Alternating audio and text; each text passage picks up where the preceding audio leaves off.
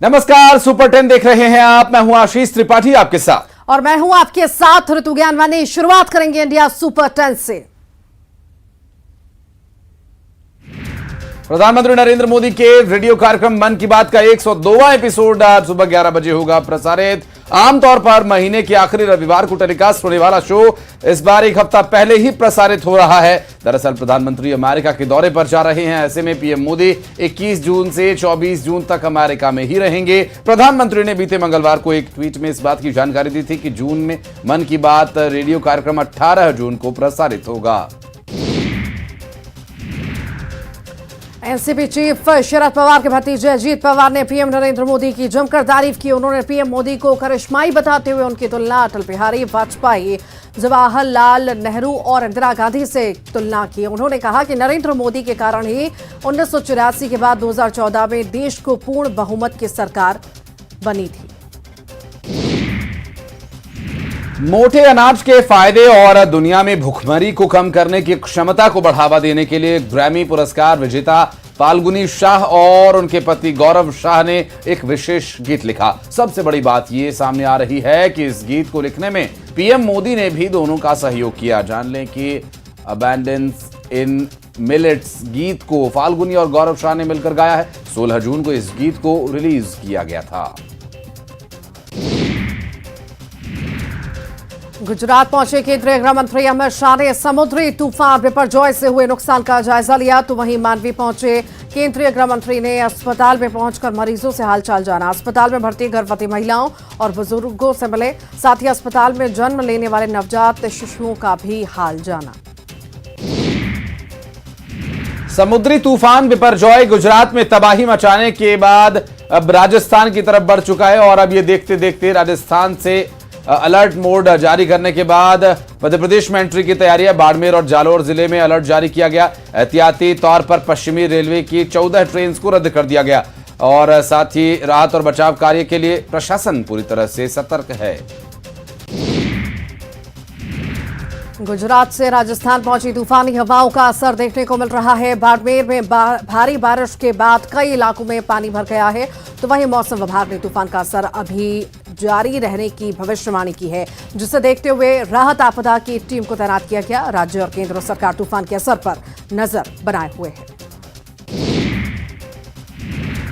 गुजरात के जूनागढ़ में एक मजार को हटाने के नोटिस को लेकर शुक्रवार शाम बवाल मच गया। सैकड़ों लोग मजार के सामने इकट्ठा हो गए और नारेबाजी करने लगे। पुलिस पर पत्थरबाजी शुरू कर दी और इस पूरे वारदात में एक डिप्टी एसपी सहित 4 पुलिस कर्मचारी घायल हो गए।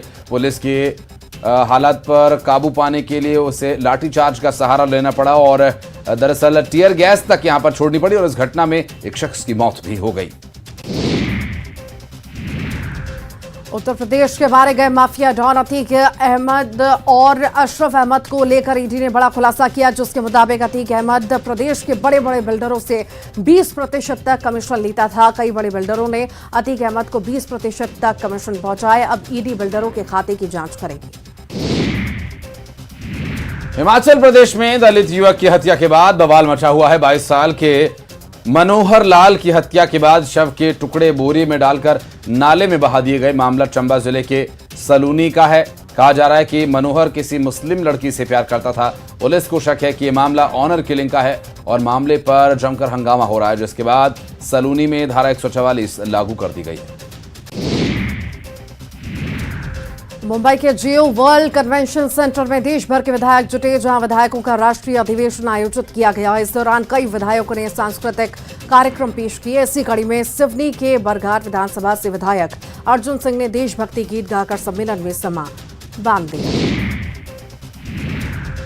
21 जून को अंतर्राष्ट्रीय योग दिवस से पहले केंद्रीय मंत्री मीनाक्षी लेखी ने योग सत्र में हिस्सा लिया। उन्होंने कहा कि योग पूरी दुनिया को जोड़ने का काम करता है और प्रधानमंत्री नरेंद्र मोदी ने जब से संयुक्त राष्ट्र से अंतर्राष्ट्रीय योग दिवस की घोषणा करवाई तो पूरी दुनिया ने उसे पूरे सहज भाव से स्वीकार किया है। और बढ़ते आगे नजर डालेंगे मध्य प्रदेश की बड़ी खबरों पर एमपी सुपर 10 में। तूफान बिपरजॉय के कारण एमपी में रविवार को मौसम तेजी से बदलने का अनुमान। यहां मौसम के दो रंग दिखेंगे। मौसम केंद्र के पूर्वानुमान के मुताबिक भोपाल सहित 12 जिलों में बादल छाने और गरज चमक के साथ ही बारिश होने के आसार हैं, जबकि जबलपुर, छिंदवाड़ा, नरसिंहपुर, उमरिया, सिवनी और दमोह में लू की चेतावनी है। शनिवार को भी 6 जिलों बालाघाट, सिवनी, जबलपुर, दमोह, सीधी और रीवा में लू चलेगी। यहां पारा 42 डिग्री के ऊपर था। उदयपुर के गोवर्धन विलास सेक्टर 14 के आश्रय सेवा संस्थान नामक बालिका गृह से मेन गेट की कुंडी तोड़कर फरार हुई 4 नाबालिग बच्चियों को पुलिस ने रतलाम शहर से बरामद कर लिया। गौरतलब है कि 8 जून को शहर के सेक्टर 14 इलाके में बने बालिका गृह आश्रय सेवा संस्थान में रह रही 4 नाबालिग बच्चियां फरार हो गई थी और रतलाम बाल संरक्षण गृह से भागी ये लड़कियां बरामद कर ली गई हैं। पुलिस ने बड़ौदा स्टेशन पर उतारा और ट्रेन से ये मुंबई जा रही थी। भोपाल के खलियासोत के पास सरकारी जमीन पर बने अवैध मजारों को हटाने की कार्रवाई प्रशासन ने शुरू कर दी है। यहां कैचमेंट एरिया के अलावा सरकारी जमीन पर कई मजारों का निर्माण किया गया था। यही नहीं, मजारों के लिए जमीन भी घेर कर रखी गई थी। हालांकि प्रशासन ने इन पर कार्रवाई करना शुरू कर दी है। खास बात यह है कि यहां 4 साल पहले भी मजारों को अवैध रूप से बनाया गया था, तब भी प्रशासन ने कार्रवाई की थी। ऊर्जा मंत्री प्रद्युम्न सिंह तोमर के भाई पर हमले के मामले में पुलिस ने 5 आरोपियों को गिरफ्तार किया। वहीं 3 की तलाश जारी है। बबलू तोमर पर बदमाशों ने कार चढ़ाने की कोशिश की थी और गार्ड की शिकायत के बाद पुलिस ने मामला दर्ज किया था। घटना का सीसीटीवी वीडियो भी सामने आया है। शाजापुर के मक्सी में कुछ नकाबपोश बदमाशों ने स्टेट बैंक ऑफ इंडिया के एटीएम को तोड़ने की कोशिश की। बदमाश वहां लगे सीसीटीवी कैमरा में कैद हो गए, जिसमें आप देख सकते हैं कि बदमाश करीब आधे घंटे तक एटीएम मशीन को तोड़ने की कोशिश करते रहे, लेकिन एटीएम मशीन का सिक्योरिटी अलार्म बज गया और नकाबपोश बदमाश मौके से भाग निकले। तस्वीरों में एटीएम बूथ के अंदर 2 बदमाश दिखाई दे रहे हैं। इंदौर के भंवरकुआ थाना इलाके में एक होटल में व्यापारी ने फांसी लगाकर आत्महत्या कर ली। मृतक का नाम राजीव शर्मा था, जो यूपी का रहने वाला था। वो इंदौर में रहकर व्यापार करता था। उस पर आपराधिक मुकदमे भी दर्ज थे। मौके पर पहुंची पुलिस को मौके से एक सुसाइड नोट मिला है। 5 पेजेस के सुसाइड नोट में व्यापारी ने अपने परिवार और पुलिस प्रशासन को संबोधित किया और 2 पुलिस कर्मचारियों समेत उनके अन्य साथियों पर प्रताड़ित किए जाने का आरोप लगाया। बुरहानपुर के शाहपुर के एक किसान ने दुखी होकर अपने खेत में फांसी लगाकर जान दे दी। बताया जा रहा है कि 22 वर्षीय मृतक किसान चेतन की जमीन का कुछ हिस्सा डैम निर्माण के अधिग्रहण में जा रहा था। डैम के ठेकेदार ने सिर्फ सूचना दी और बुलडोजर चला दी। मृतक किसान के परिजन ने बताया कि ठेकेदार ने न ही कोई फॉर्म भरवाया, न ही मुआवजे के लिए कोई बात की। केले की खड़ी फसल पर बुलडोजर चला दिया, जिससे दुखी होकर किसान ने आत्महत्या कर ली।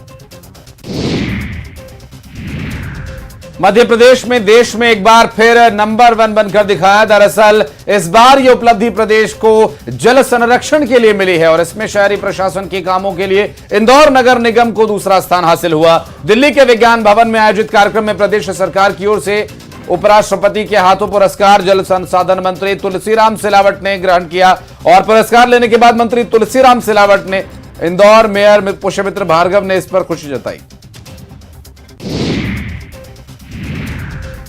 और जो तस्वीरें अब आप देखेंगे वो हैरान कर देगी आपको। मौत कैसी और कब आती है इसका कोई भरोसा नहीं। मामला बड़वानी का है, जहां चलती गाड़ी पर बैठा युवक अचानक से सड़क किनारे खड़े वाहनों पर जा गिरा और फिर उठा ही नहीं। मौत का ये पूरा मंजर सीसीटीवी कैमरा में कैद हुआ।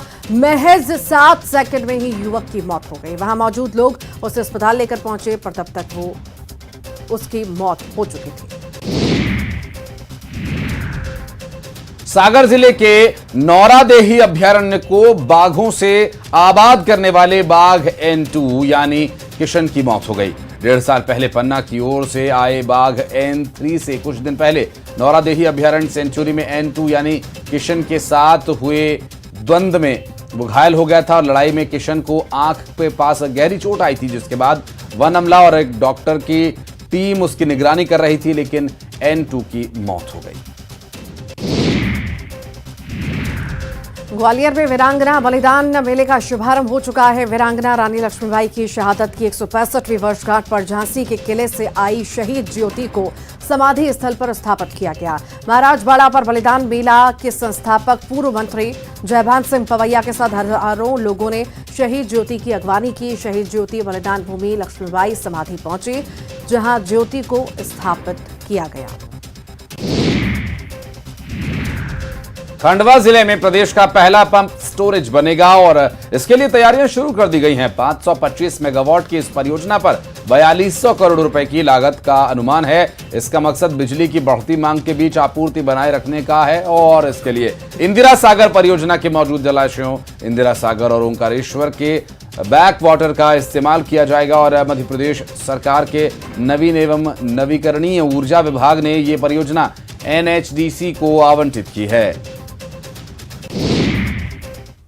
और आइए बारी है छत्तीसगढ़ सुपर 10 की। भिलाई के तालपुरी परिजात कॉलोनी में पुलिस ने छापेमारी के बाद कार्रवाई की, जिसके बाद कॉलोनी में हड़कंप मच गया। दरअसल कॉलोनी के हर घर में पुलिस लोगों से पूछताछ कर रही है। अब तक 40 संदिग्धों को पुलिस ने हिरासत में लिया। बता दें कि पकड़े गए लोगों में कई बाहरी लोग शामिल हैं और जिनके संदिग्ध पाए जाने के ऊपर कार्रवाई की जा रही है। जशपुर में ट्रैक्टर के नीचे दबने से एक किसान की मौत हो गई। खेत में काम के दौरान ट्रैक्टर पलटने से हादसा हुआ। मामला कोदबा चौकी के पीठा आमा का है। पुलिस मामले की जांच कर रही है। फिल्म आदि पुरुष के डायलॉग्स को लेकर विवाद मचा हुआ है। दरअसल लोग फिल्म के डायलॉग्स पर आपत्ति जता रहे हैं। फिल्म को बकवास बताया जा रहा है। रायपुर में फिल्म आदि पुरुष को लेकर लोगों में नाराजगी है। फिल्म देखने वालों का कहना है कि रामायण की मर्यादा नहीं रखी गई। फिल्म आदि पुरुष के डायलॉग्स को लेकर देश भर में विवाद मचा हुआ है और इस पर अब सियासत भी शुरू हो चुकी है। मुख्यमंत्री भूपेश बघेल ने इस फिल्म के डायलॉग पर आपत्ति जताई। उन्होंने कहा कि फिल्म में बजरंग बली से बजरंग दल वाले शब्द बुलवाए गए हैं। हमारे जितने भी आराध्य देव हैं उनकी छवि बिगाड़ने का काम हो रहा है। दिल्ली के इशारे में फिल्म बनाने का आरोप लगाया। भेंट मुलाकात के दौरान जिन लोगों के घर मुख्यमंत्री भूपेश बघेल खाना खाने गए थे, उन्हें आज मुख्यमंत्री निवास पर भोजन के लिए कल आमंत्रित किया गया था। रायपुर में सीएम निवास पर बस्तर के लोगों को शनिवार को खाने पर बुलाया गया। सीएम निवास पहुंचकर लोग काफी खुश नजर आए। विधानसभा चुनाव की तैयारी में पूरी तरह से उतर चुकी कांग्रेस पार्टी का विधानसभावार प्रशिक्षण शिविर चल रहा है। आज रायपुर में पीसीसी पदाधिकारियों, जिला अध्यक्षों, निगम मंडल अध्यक्षों की ट्रेनिंग हो रही है। प्रशिक्षण शिविर में मुख्यमंत्री भूपेश बघेल, पीसीसी अध्यक्ष मोहन मरकाम के साथ ही पार्टी के सभी बड़े नेता शामिल हो रहे हैं। सीएम बघेल ने कहा कि कांग्रेस के इतिहास के साथ आरएसएस के इतिहास के बारे में अपने कार्यकर्ताओं को बताएंगे।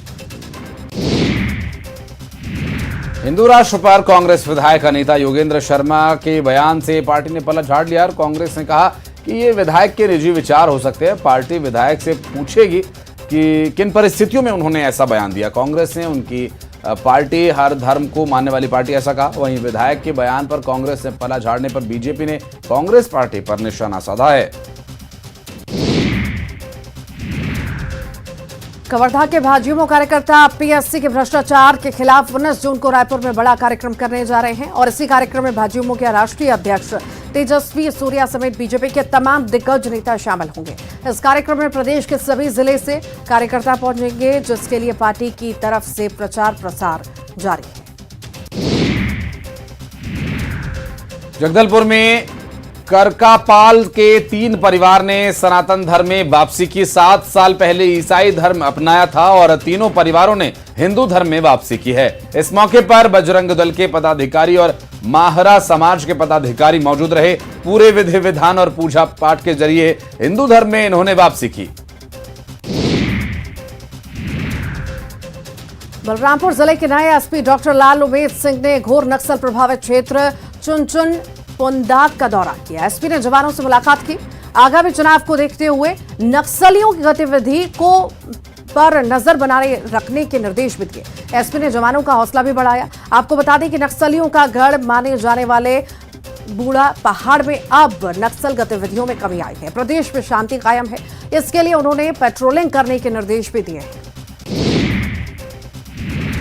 लहरों से डरकर नौका पार नहीं होती और कोशिश करने वालों की कभी हार नहीं होती। और ऐसा ही कुछ कर दिखाया ग्रामीण क्षेत्र की बेटी ने, जो बिना कोचिंग गए नीट की परीक्षा पास कर गई। दुर्ग जिले की एक ऐसी बच्ची जो एक ऐसे गांव में रहती है जहां दूर दूर तक कोई डॉक्टर नहीं है, मूलभूत सुविधाएं नहीं है, जिस पर परिवार को लेकर जिम्मेदारी है और परिवार को आज के समय में मोबाइल फोन तक नसीब नहीं है। उस परिवार की होनहार बेटी ने एग्जाम में शानदार प्रदर्शन किया। धमतरी के जगदीश मंदिर में रथ यात्रा को लेकर लोग तैयारियों में जुट गए हैं। बीते दिनों पहले भगवान जगन्नाथ को पूरे भक्त जनों द्वारा मत उपचार के साथ स्नान कराया गया। कहा जाता है कि स्नान के बाद भगवान जगन्नाथ बीमार हो जाते हैं और कुछ दिनों के लिए भगवान भक्तों को दर्शन नहीं देते। भगवान को स्वस्थ करने के लिए भगवान जगन्नाथ को काढ़ा का भोग लगाया जाता है, जिसके बाद भक्तजनों को वितरण किया जाता है। और अब बढ़ते हैं आगे, अंतर्राष्ट्रीय खबरों पर नजर डालेंगे। शुरुआत करते हैं इंटरनेशनल सुपर 10 की।